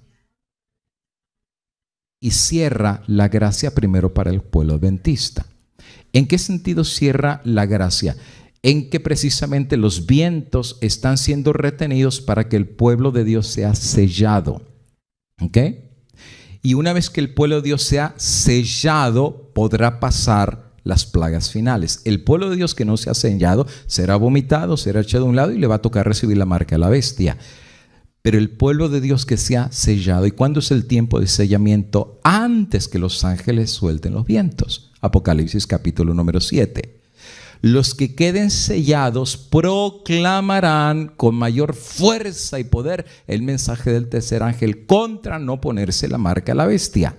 El que no quedó sellado, pues no va a proclamar nada, ni va a hacer nada, va a esperar recibir la marca de la bestia por su indolencia, frialdad o tibieza, por lo que quieras, no va a ser sellado. Elena de White claramente lo dice, algunos recibirán el sello de Dios y otros no.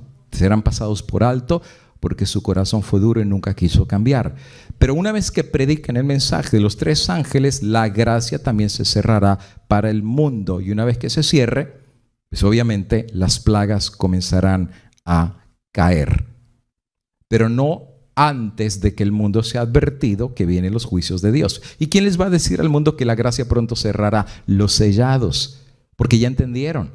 Los sellados ya entendieron que el tiempo se acaba, que queda muy poquito y ya no es hora de indiferencia ni de frialdad. El fuerte pregón lo van a dar con el poder del Espíritu Santo, y como fue creciendo este fuerte pregón, llegará un momento que cubra la tierra con gloria y majestad, con gente definida, con gente decidida, con gente consagrada, con gente que no tiene el corazón partido. Los gedeones se la van a jugar el todo por el todo y van a hablar en contra de la ley dominical y en contra de la marca de la bestia. Es el mensaje del tercer ángel. Review and Herald, 2 de mayo de 1893. Fíjense, el pueblo de los Estados Unidos ha sido un pueblo favorecido.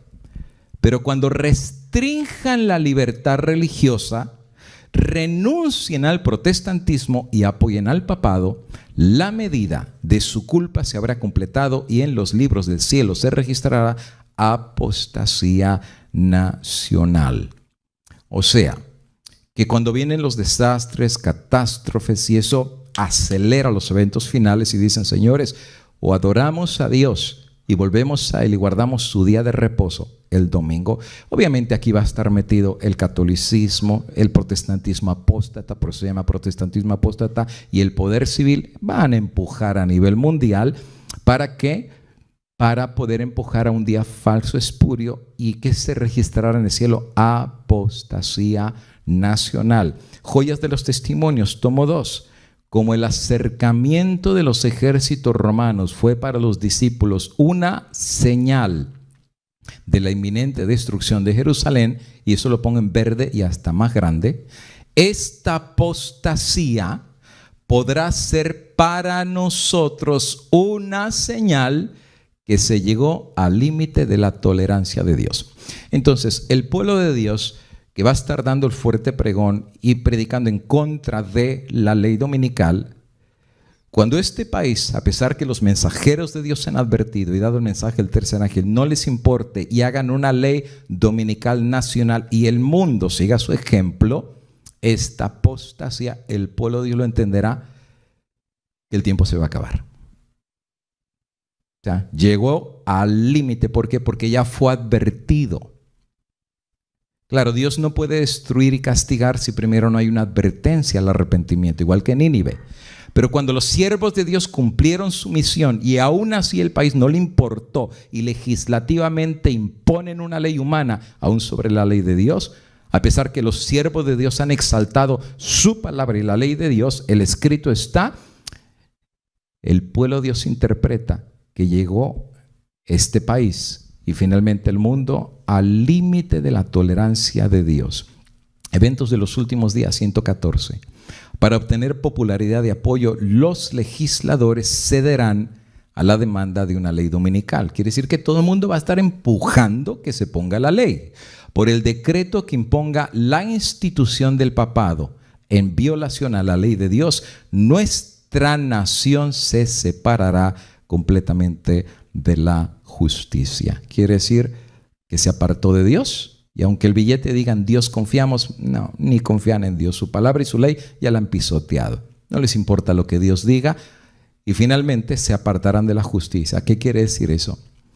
Que en este momento ya nada va a proteger al pueblo de Dios. Nada. Nada. Y lo que vamos a ver después contra el pueblo de Dios va a ser terrible. Precisamente esta prueba es lo que va a definir al pueblo de Dios. Esta es la gran prueba que va a definir quién es quién al final del día en el pueblo del Señor. No lo dice un servidor, lo dice la pluma inspirada. Carta 11, 1890. Esta es la prueba por la que deben pasar los hijos de Dios antes de ser sellados. O sea, antes de que los ángeles suelten los vientos, primero el pueblo de Dios tiene que ser probado y sellado. Pero en orden para ser sellados, Dios les va a permitir esa prueba. O sea, ahí se va a saber quién es quién. Todos los que demuestren su lealtad a Dios mediante la observancia de su ley y negándose a aceptar un falso día de reposo, se alistarán bajo la bandera del Señor Dios Jehová y recibirán el sello del Dios viviente. Los que renuncien a la verdad de origen celestial y acepten el descanso dominical recibirán la marca de la bestia. Y por consiguiente recibirán también las plagas del Apocalipsis, las copas de la ira de Dios. De hecho, el concepto de la ley dominical no solo definirá al pueblo adventista, también va a definir al mundo. Por eso el mensaje de la marca de la bestia no solo es para el pueblo adventista, es para el mundo entero. No reciban la marca de la bestia. Adorad al Creador. Su día de reposo es el sábado. ¿Y saben cuántas personas en este momento con argumentación divina los van a llevar a cortes, los van a llevar a juicios? Y ustedes raros, el mundo entero ha reconocido y se está uniendo el mundo entero para en un día, el domingo, pedir a Dios que nos tenga misericordia y cesen estos catástrofes, estas guerras, estas pandemias. Y ustedes son la mosca en la sopa. Ustedes son fanáticos. Ustedes no se dan cuenta que ustedes están haciéndole daño al mundo entero. Es ahí donde Dios va a permitir que haya argumentaciones divinas. O sea, el Espíritu Santo los va a usar y muchos que no conocían, ahí van a conocer. A ver, señores, si ustedes están seguros que el domingo es el día de reposo, ¿en dónde está en la palabra de Dios? Usarán los mismos argumentos de Lutero. Si ustedes muestran que la autoridad de Dios está sobre la palabra de Dios y que bíblicamente Dios bendijo el domingo como su día de reposo, nos retractamos. Hacemos un lado el sábado, guardamos el domingo, pero siempre y cuando lo diga la palabra de Dios. ¿Lo dice? ¿Me pueden mostrar en dónde lo dice? ¿Me pueden citar un texto bíblico que Dios haya autorizado la bendición y santificación del día que ustedes llaman el día del Señor? Porque mi Señor que está en el cielo a su día le llama el santo sábado y es el séptimo día y Él mismo lo escribió con su propio dedo. A menos que ustedes tengan más autoridad que el Dios que creó el cielo y la tierra y que con su dedo me dijo que el sábado es su día de reposo, no me voy a retractar. Serán ustedes magistrados, serán ustedes abogados de renombre, serán ustedes la ley de la tierra, pero nosotros somos la autoridad civil y no dice Romanos que hay que obedecer la autoridad civil. Sí, pero también dice el apóstol Pedro, es menester obedecer a Dios antes que a los hombres. Pruébenme con la Biblia. Y de hecho Elena de Guay menciona que nuestra única salvaguardia va a ser la verdad de Dios que hemos acumulado en nuestro corazón. Y por eso Jesús dice, ese día no te preocupes, el Espíritu pondrá palabra que no podrán redarguir ni podrán confrontar. Pero amigo y hermano, si no hemos estudiado la palabra, ¿qué palabra Cristo nos va a recordar? ¿Qué palabra el Espíritu Santo habrá de traer? Por eso es importante ahora, hermano, empezar a estudiar y estudiar la palabra de Dios, porque va a llegar un momento que se pida razón de nuestra fe. Review and Herald, 16 de julio de 1901. A medida que los hombres se apartan cada vez más de Dios, se le permite a Satanás ejercer poder sobre los hijos de desobediencia. Lanza destrucción entre los hombres. Hay calamidades por tierra y mar. El fuego y la inundación destruyen la propiedad de la vida. Y Satanás decide acusar de todo esto a los que se niegan a inclinarse ante el ídolo que él ha erigido. Sus agentes, sea pastores, cardenales, dirigentes, legisladores, abogados, sus agentes señalan a los adventistas como la causa de las dificultades. Más clara no puede estar la cita. Esta gente desafía abiertamente la ley. Dicen, profanan el domingo y si se les obligara a obedecer la ley dominical, cesarían estos terribles juicios. Esto es tremendo. Claro, calamidades que el mismo diablo está haciendo, las va a usar como la argumentación de que el pueblo adventista son los duros de cabeza y los reacios. ¿Y qué es lo que están diciendo? O una de dos, o se convierten o desaparezcámoslos. Más vale que muera un grupito de raros a que el mundo entero perezca en la peste, en las catástrofes y en la destrucción. Ahora, lo que te voy a citar ahora está tremendo. El diablo va a sacar otra carta debajo de la manga.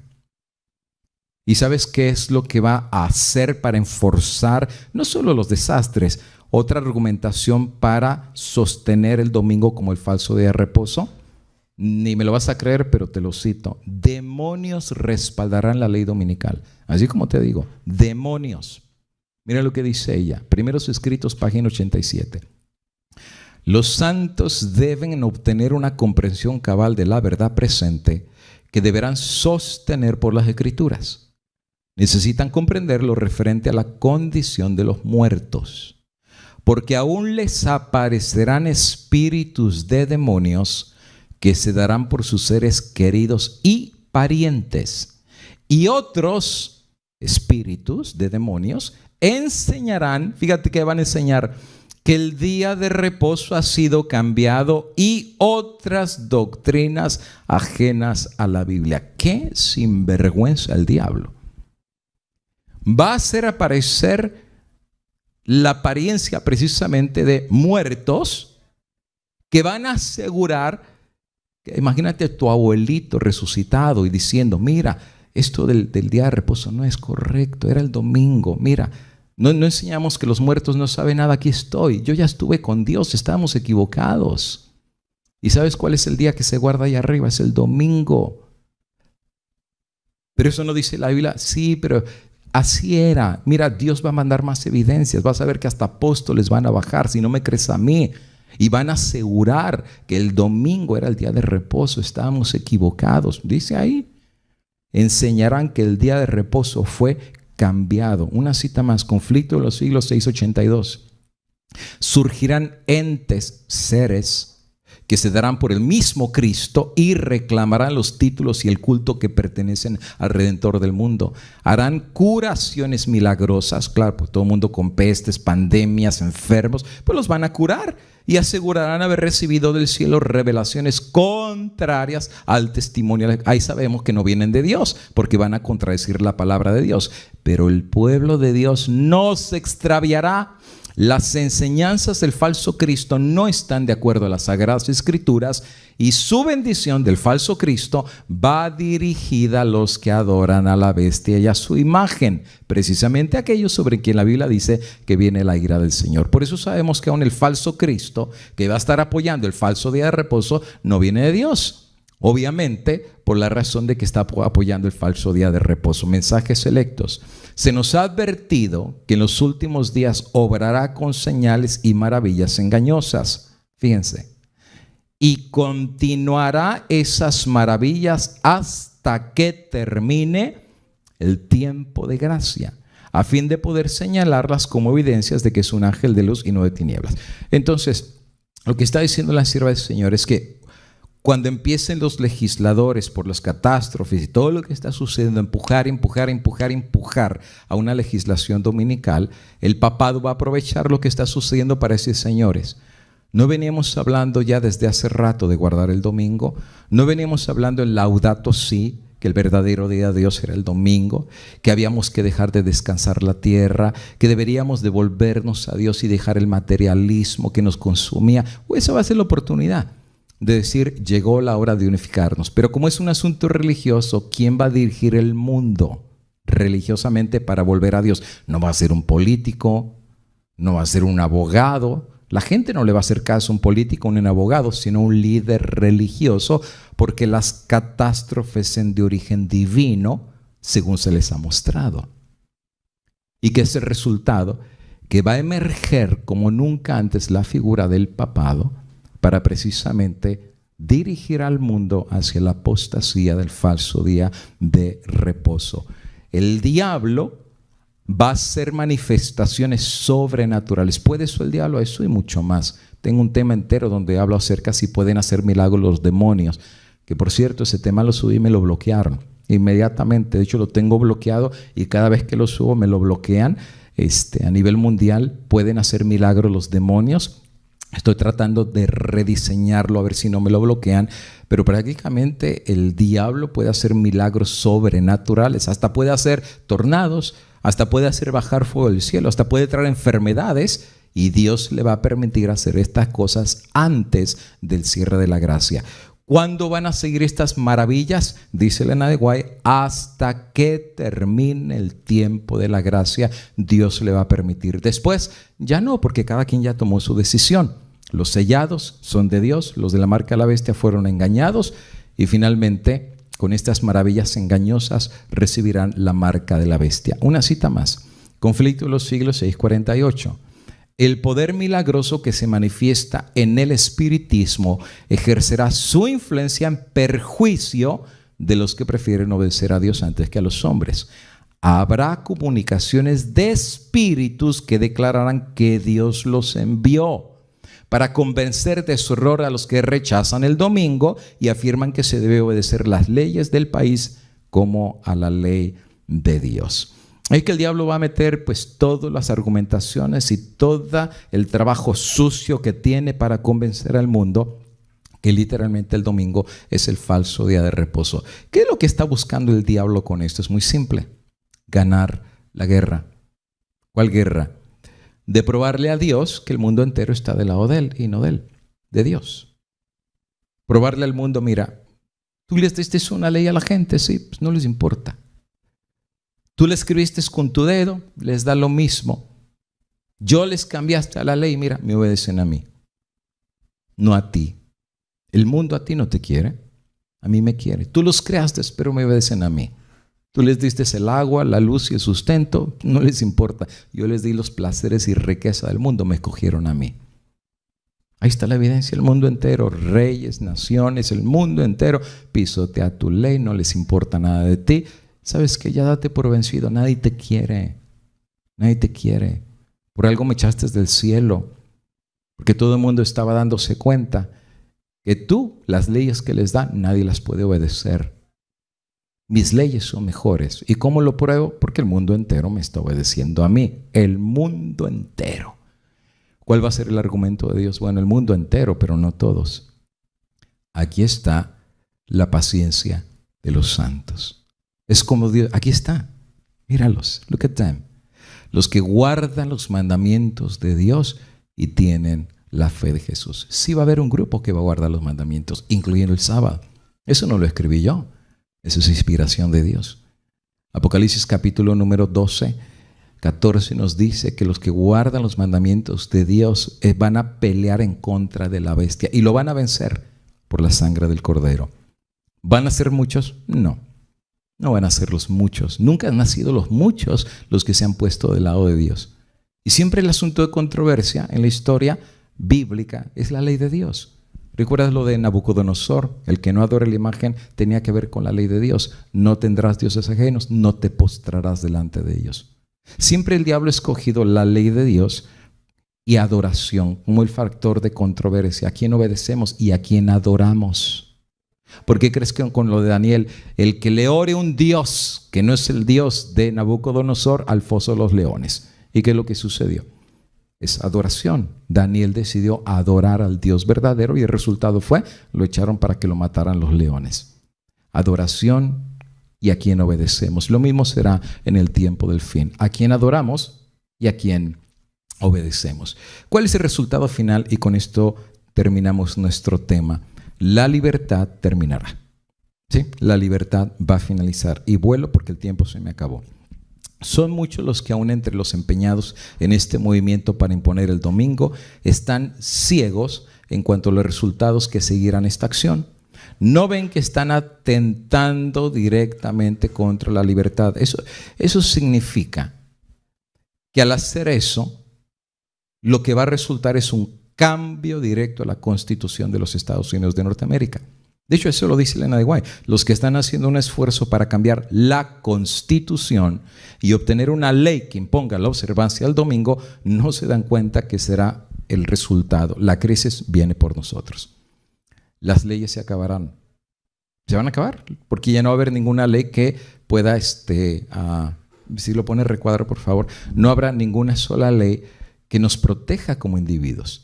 No habrá ninguna ley que nos proteja en libertad.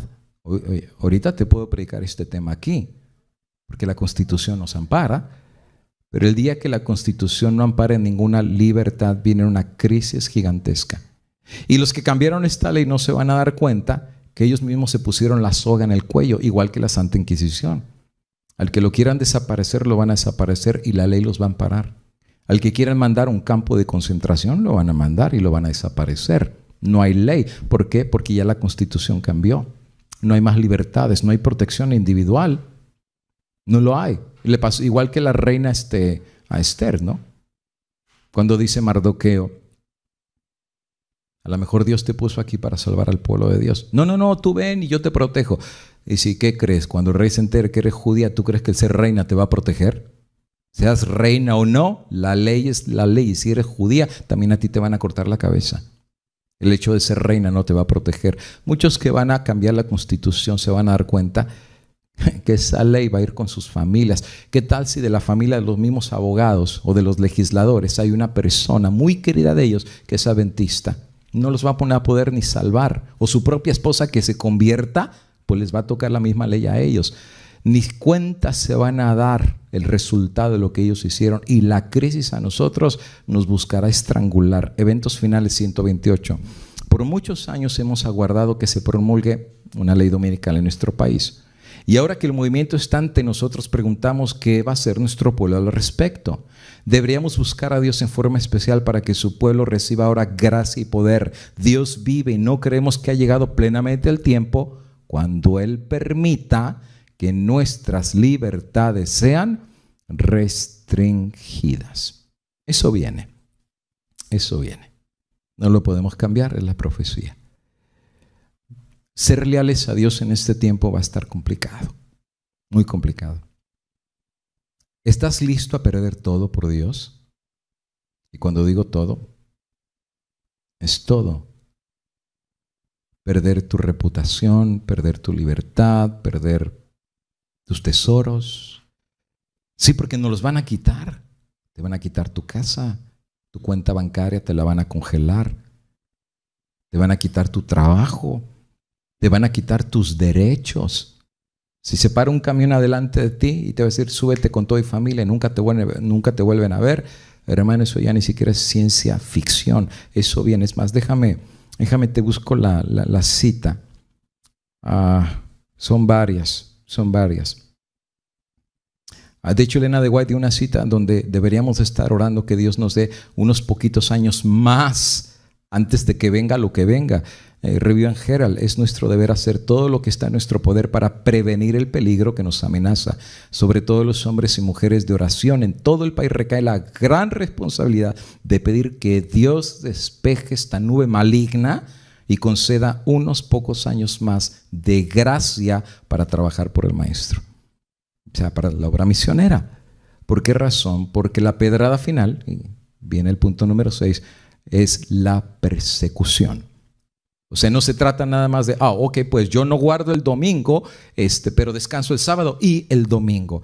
No se trata de eso. Te van a obligar a trabajar el sábado y obligar a descansar el domingo. The Watchman, párrafo 11. Mientras los hombres duermen, Satanás está arreglando activamente los asuntos para que el pueblo de Dios no pueda alcanzar misericordia y justicia. Claro, el movimiento se está abriendo en las tinieblas y líderes ocultan el asunto y muchos que se unen no ven para dónde viene esta corriente. Pero cuando finalmente se revelará el espíritu del dragón. El protestantismo se va a unir con el papado para esto y dice, mira qué va a suceder. Maranata, página 177. Los protestantes volcarán toda su influencia y su poder del lado del papado. Mediante un decreto nacional que imponga el falso día de reposo, darán vida y vigor a la corrompida fe de Roma, reviviendo, ¿qué va a revivir? 1, su tiranía y opresión de las conciencias. ¿Sí? Los días de la Santa Inquisición resucitarán. ¿Cómo lo sabemos? Porque Apocalipsis 13 dice que el que no reciba la marca lo van a desaparecer, lo van a matar. Es cosa seria. ¿Ya pasó? Por supuesto. Revisa los anales de la Santa Inquisición y te darás cuenta que en la lúgubre y oscura historia no fue una película, fue real. Ya sucedió. Y la Biblia dice que resucitarán esos días. No te voy a dar las citas, porque el tiempo se me acabó. Pero Elena de White tiene varias citas en donde dice que antes del cierre de la gracia, Dios va a permitir que muchos que den el mensaje del tercer ángel den su vida antes que la gracia se cierre. Y no va a ser uno ni dos, van a ser muchos. Va a ser un pequeño tiempo de martirio. ¿Por qué Dios lo va a permitir? Porque a través de esa vida y esa sangre muchos se van a convertir al evangelio. ¿Va a ser difícil? Sí. No va a ser nada fácil. Quizás es la última prueba para el pueblo de Dios, el dar aún la vida por el mensaje que profesa. Es como los jóvenes, ¿no? Tíranos al horno de fuego. Preferimos morir que desobedecer la ley de Dios. Primeros escritos, Elena de White dice que en el cielo vio un grupo de niñitos con vestimenta blanca y con un ribete rojo en el borde de sus vestidos. Y ella preguntó, ¿por qué tienen un ribete rojo? Y entonces ella dijo que eran mártires. Los padres van a morir por el mensaje del tercer ángel y sus hijos continuarán dando el mensaje. ¿Serán todos mártires? No todos van a ser mártires. Todo depende del que reciba el llamado divino al lugar donde Dios quiera que lo ocupe. Hay gente que lo van a dejar en las mazmorras, hay gente que los van a dejar en los calabozos, hay gente que por predicar el mensaje del tercer ángel los van a dejar hasta sin comida para morir. Y hay gente que le van a quitar la vida, y hay gente que va a estar en el campo, y hay gente que se va a ir a las montañas. Yo no sé qué grupo es el grupo que te va a tocar a ti o a mí. Dependerá de la providencia de Dios. Pero vendrá la parte final. Y ahora sí, con esto finalizo. El decreto de muerte para el pueblo de Dios. Así como te digo, ya no se va a tratar de si quieres. Viene un decreto, lo que dice la imagen de la bestia, los va a hacer matar a todo el que no reciba la marca de la bestia. Y esto no lo voy a dar ahorita, porque es un tema grande que son muchas cosas que hay que hablar, que va a pasar ante el decreto de muerte, que tiene que hacer el pueblo de Dios ante el decreto de muerte. ¿Cuál es el lugar donde tiene que estar el pueblo de Dios cuando venga el decreto de muerte? Prefiero dar un tema completo acerca del decreto de muerte y el cierre de la gracia. Porque lo que va a hacer que finalice la gracia tiene que ver con este decreto de muerte. Daniel capítulo 2 y el versículo número 1. Y tenemos que entender que tiene que hacer el pueblo de Dios cuando este momento llegue. ¿Qué hacer ante estos eventos? La última cita que voy a mencionar es esta. Y dice así: como pueblo no hemos hecho la obra que Dios nos ha confiado. No estamos listos para la crisis que nos impondrá la promulgación de la ley dominical. Es deber nuestro, mientras vemos las señales de que se acerca el peligro, levantarnos y obrar. Eso es lo que tiene que hacer el pueblo de Dios. Nadie se quede sentado en serena expectación del mal, consolándose con la creencia de que esta obra debe ir adelante porque la profecía lo predijo y que el Señor protegerá a su pueblo. No estamos haciendo la voluntad de Dios si permanecemos quietos sin hacer nada para preservar la libertad de conciencia. Deben ascender oraciones fervientes y eficaces para que esta calamidad sea diferida hasta que podamos realizar la obra que durante tanto tiempo ha sido descuidada. Elévense oraciones muy fervientes y luego trabajemos en armonía con nuestras oraciones. Puede parecer que Satanás triunfa y que la verdad está abrumada por mentira y el error, pero Dios quiere que recordemos cómo en el pasado Él salvó a su pueblo de sus enemigos. Siempre eligió para manifestar su poder los momentos de extrema necesidad. Y cuando no parecía tener posibilidad de verse librados de la acción de Satanás, la necesidad del hombre es la oportunidad de Dios. Y sí, en ese tiempo de crisis va a ser la oportunidad que Dios haga milagros. No vamos a estar solos. El poder de Dios va a estar con los suyos. Y si en el horno de fuego caminaron en el fuego y no se quemaron, El poder de los elementos, del agua, del fuego, del viento y del mar, no pueden con los hijos de Dios. Si el mar rojo se abrió y pasaron en seco y el fuego no los quemó, lo que viene, amigo y hermano, no hay que tener miedo porque el Dios nuestro es mucho más grande que los poderes de este mundo. La pregunta es, amigo y hermano, hoy, ¿estamos realmente con Dios? No a medias. No a medias. ¿Estamos realmente echando nuestra decisión a favor de Dios? Y eso me preocupa bastante. No quisiéramos, amigos y hermanos, que nadie perezca, es el mismo deseo de Dios, pero sí quisiéramos que todos procediéramos al arrepentimiento. Hoy es el día de buscar al Señor, hoy es el día de echar nuestra suerte del lado de nuestro Creador. Si hoy escuchas la voz del Espíritu Santo, dice su santa palabra, no endurezcas tu corazón. En 2 semanas arrancamos la escuela de evangelismo a nivel mundial. Cientos de personas ya se registraron. Quisiéramos que fueran cientos de personas de oración, cientos de personas misioneras, cientos de personas que vayan a buscar y proclamar este mensaje del fuerte pregón, que Cristo viene, que está a las puertas, que estos eventos se van a poner peor, pero va a finalizar en un nuevo día, en el día de la mañana gloriosa de la venida de Cristo, y que mientras la gracia esté abierta, todavía hay oportunidad de buscar a Dios, todavía hay oportunidad de entregarse a los brazos tiernos de nuestro amante Salvador. Hoy es el día de buscar a Dios. Hoy es el día de la salvación. Esto hay que creerlo en fe. Esto, amigos y hermanos, la palabra de la profecía, que tenemos que usar un granito de fe para poder creer en la santa palabra de Dios, porque así Dios lo ha dicho.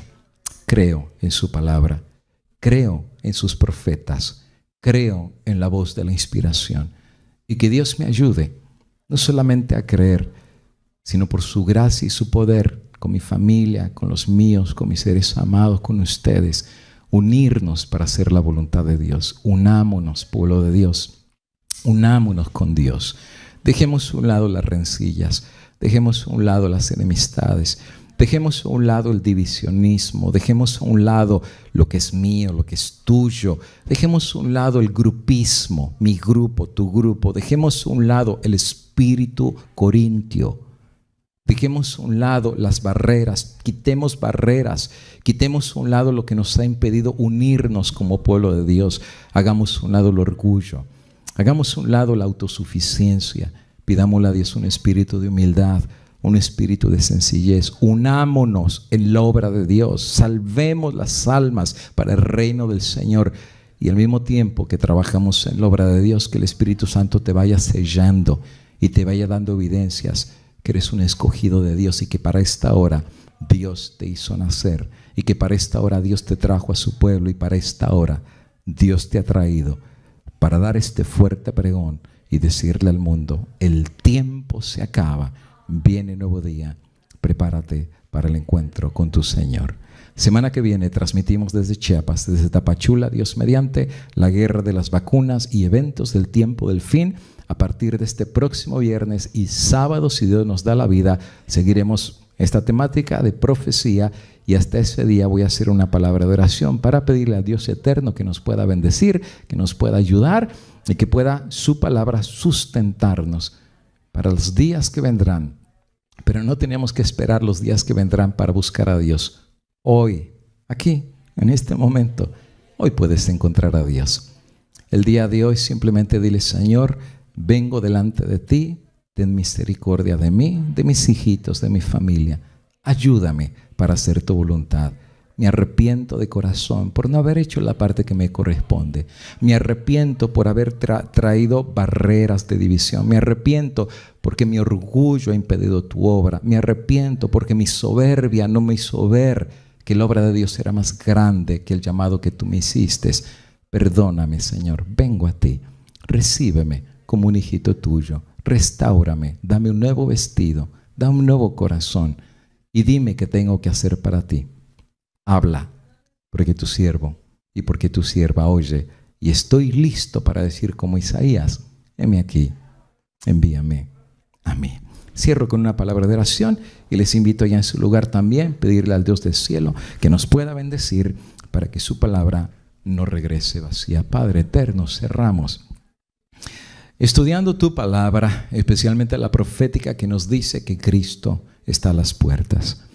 Parece ser que las cosas no se van a poner mejor, pero Padre, el pueblo de Dios está entendiendo que el tiempo en el que vivimos nos urge a un despertar, nos urge a un revivamiento, nos urge a una reconsagración, nos urge a poder poner todo el corazón en la obra del Señor.